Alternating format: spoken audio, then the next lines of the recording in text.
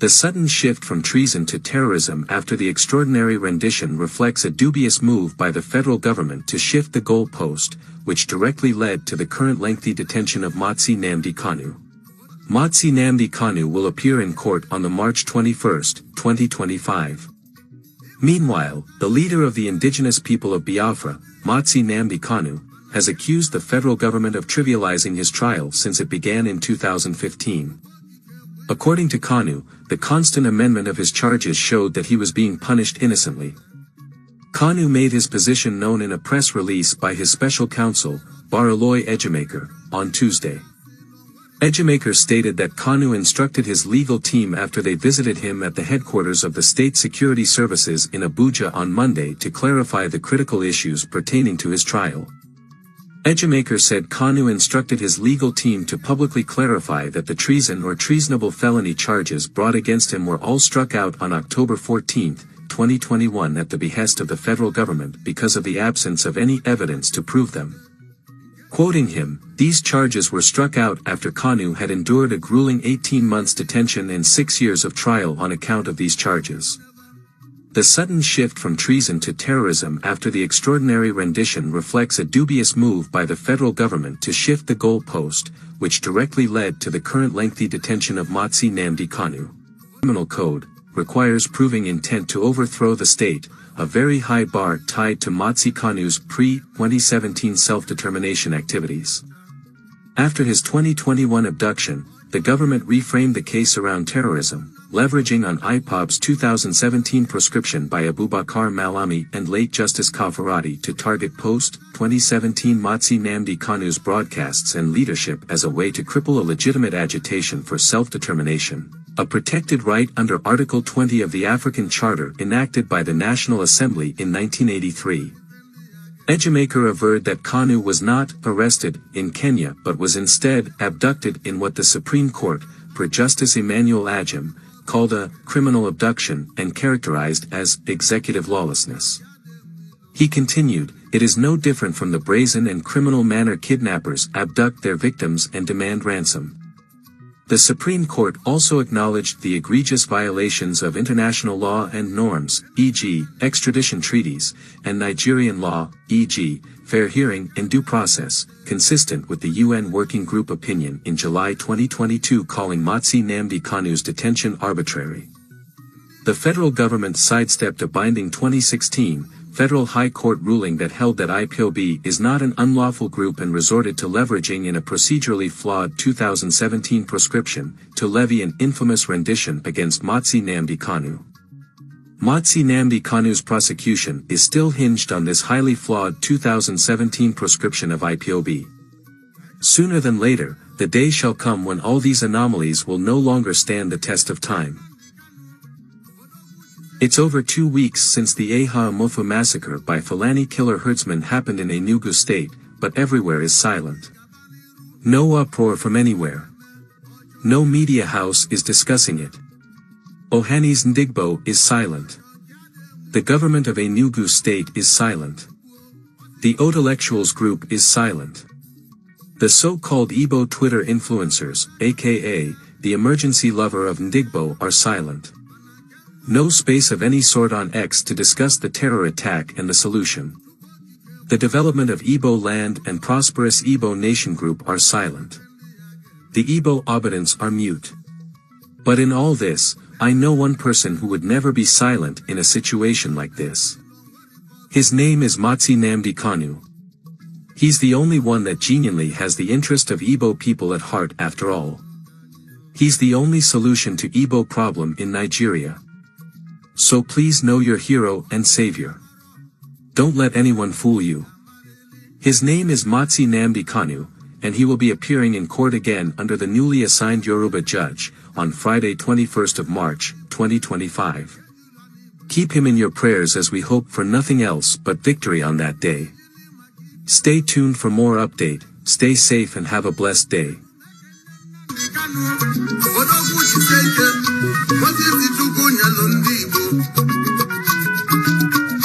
Never been known with, let me say, hanky-panky judgment or impartiality or partiality judgment. He has never been partial on delivering his judgment. I think he's going to do the needful. Because this man already, if you ask me, he's already started shaking because he knows he's going to meet a very strong man. And by the way, the past judges, why are they not affirming the past judgment? The past judgment by Nyako, the past judgment by other ones are the Supreme Court who actually freed Namdi Kanu. Why not affirming it? They are starting another judgment afresh. You will see another one way past war. Because if Tosho come from another angle, we are going to at least see how Nigeria will last. Because Mazin Namdi Kanu already has been vindicated, set free by court 2 times. And this man is going there for 2nd time. So let us see the starting afresh.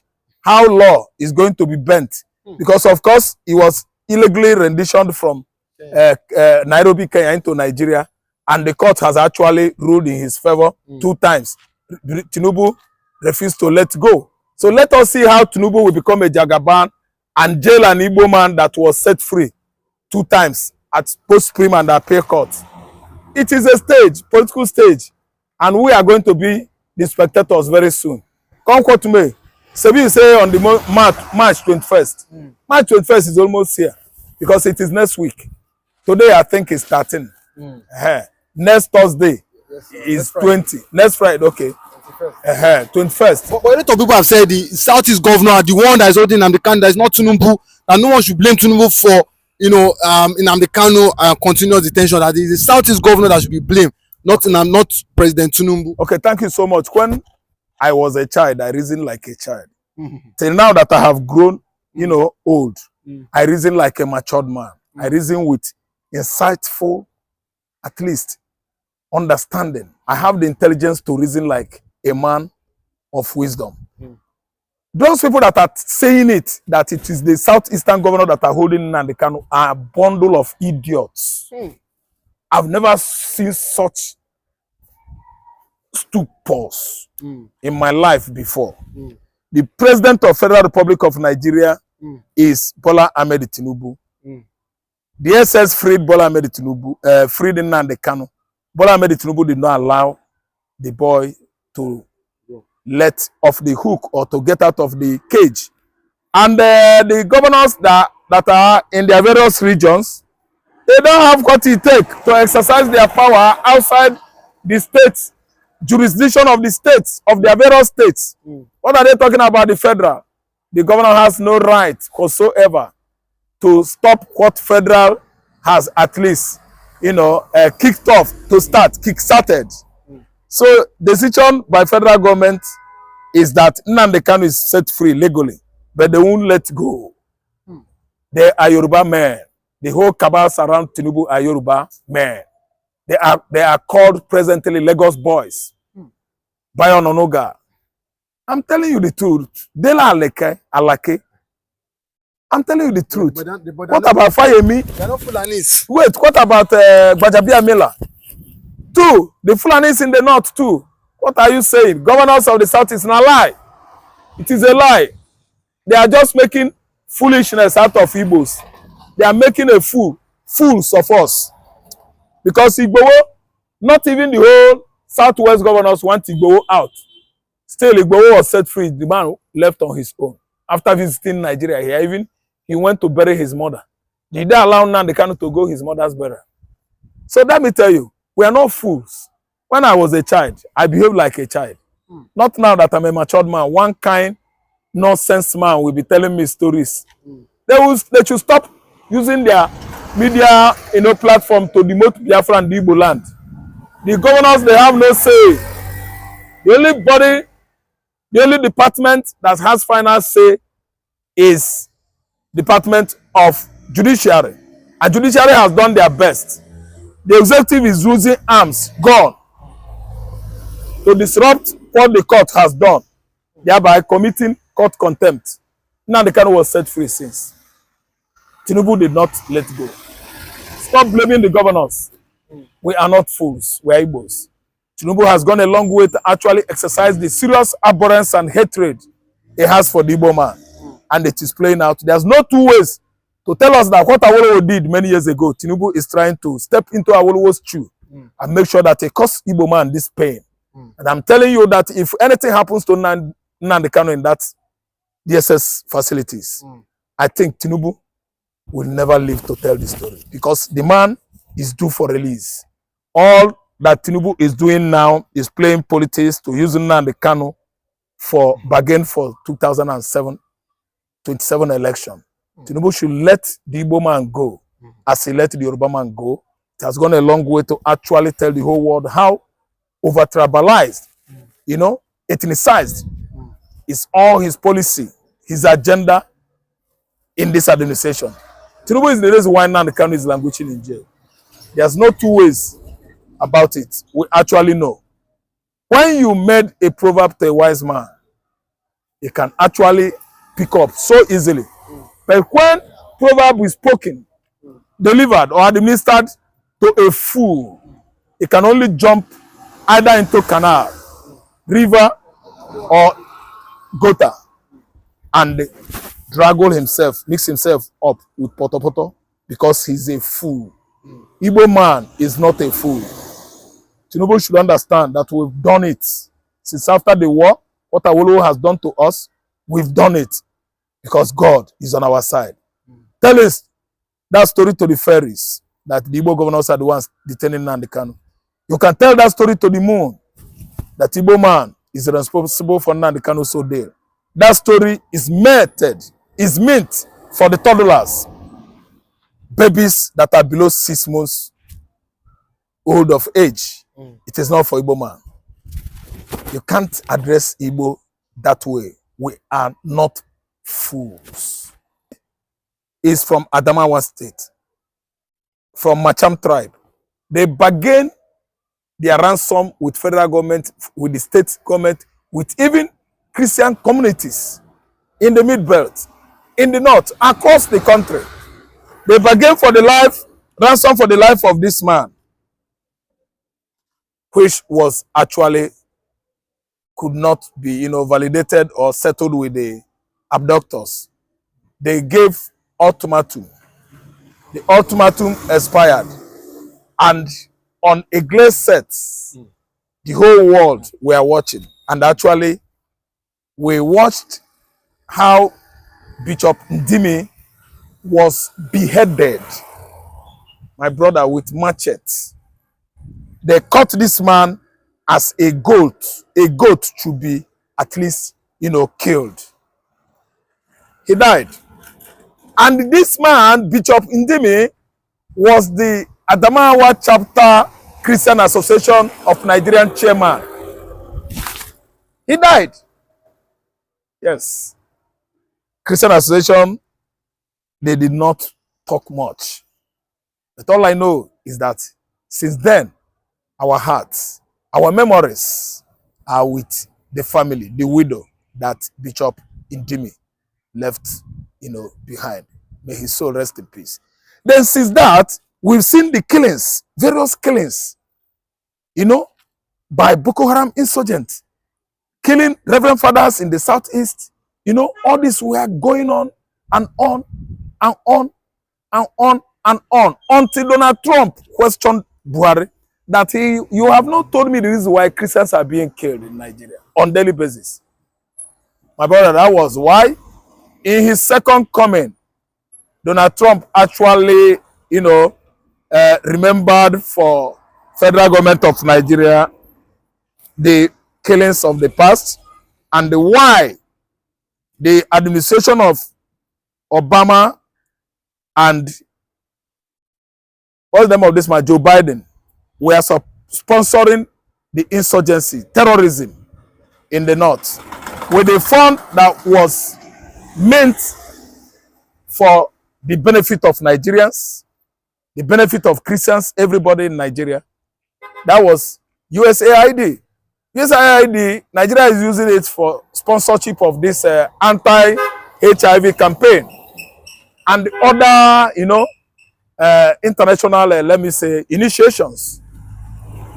See, America actually rushed into, investigation of this kind of allegation, and they investigated it actually and understood that actually Obama regime, Joe Biden regime, were sponsoring terrorism in Nigeria.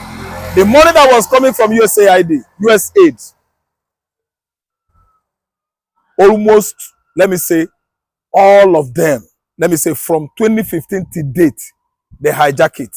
I mean the Northern Allies, headed by Muhammad Buhari, to sponsor, they use the money sponsoring insurgency across Nigeria.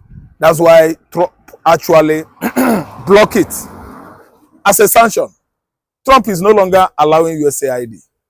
Remittance, that was all this while coming from United States of America. We could not actually know where the money was going to or channeling to. They use it to sponsor the bandits. They use it to sponsor Boko Haram and so on and so forth, which is the reason why America is now questioning Buhari, all his activities in the past, I mean his administration, what he used the USAID, to. He used it to sponsor. We are talking about UK actually, began to understand that the aid they were sending to Nigeria to the tune of 8 million naira. Nigeria is $8 million or 8 million pounds anyway. Nigeria has been using that money for another thing. The money, they have not been utilizing the money for the purpose UK, was, sending the money in the past. So this time around, United Kingdom has blocked such aid, and America has blocked theirs. And let me tell you, they are planning on how to sanction Nigeria if they fail to release Mazi Nnamdi Kanu. And if there's an option of coming to this country to release Mazi Nnamdi Kanu by American military, through using American military operation or OGA, Office of Global Access, I think it is possible. One, Nnamdi Kanu is a British citizen. He was with UK passport, British passport, when he was at least kidnapped in Nairobi, Kenya, and brought into this country, illegal, extraordinarily. So the British people, the British government, the parliamentarians, parliament, they are debating on how to at least make sure that Nnamdi Kanu is free. Then America, since the inception of Donald Trump regime, I'm telling you, Trump regime, my brother, immediately his inauguration ended, Trump stepped into the matter of Biafra, actualization. And till date, I'm telling you, all the Biafran lobbyists, headed by Susie Willis and other great names among the Congress, they are on it, all hands on a round table, talking and discussing the possibility of setting Nnamdi Kanu free any moment from now. They even see beyond that, because Mazi Simon Ekpa has been also incarcerated in the faraway Finland. And we are thinking that maybe crude oil for Ekpa's, imprisonment has been changed, has been actually, the deal has been transacted by Nigeria and Finland to hold Mazi Simon Ekpa incarcerated in Finland, maybe at the exchange of crude oil. We don't know.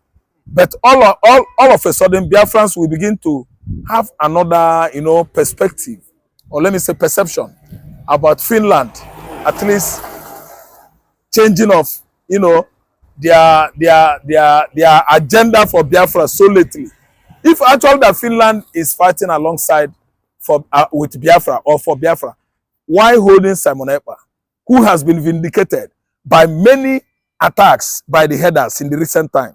The attack in Ebonyi State, the attack in Enugu State, the attack in Benue State, the attack in Anambra State, the attack in Imo State, everywhere has actually vindicated Simon Ekpa, that what Simon Ekpa was fighting for actually was, against insurgency, the Fulani headers. So what happened is Britain is trying to play their colonial policy. But if you ask me, it is too late. Now the Kanu has overstayed in detention before the British start sending this, signaling Nigerian government that that boy, is our citizen. It has come too late. Someone has at least stayed over for 8 months incarcerated. I don't think it's of no use, telling Nigerians that we are coming to at least, sanction them or lay embargo and you are not going to send the money, the support, financial support we've been giving Nigeria in the past because of Mazi Nnamdi Kanu. No, it has come too late.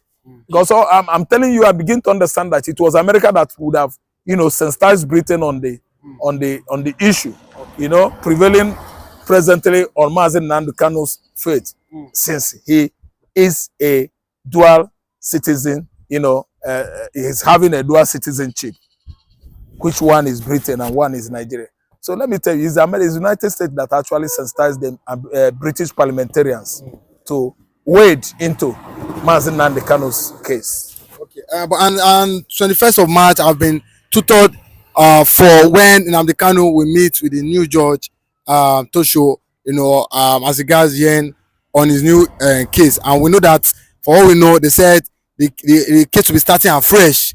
What do you think Tosho will be doing as regards Nnamdi Kanu? But they said, according to report, they said Tosho has never made a bad judgment. What do you think will become of Nnamdi Kanu with Tosho? Tosho has never been known with, let me say, hanky-panky judgment or impartiality or partiality judgment. He has never been partial on delivering his judgment. I think he's going to do the needful. Because this man already, if you ask me, he's already started shaking because he knows he's going to meet a very strong man. And by the way, the past judges, why are they not affirming the past judgment? The past judgment by Nyako, the past judgment by other ones are the Supreme Court who actually freed Nnamdi Kanu. Why not affirming it? They are starting another judgment afresh. You will see another one way past war.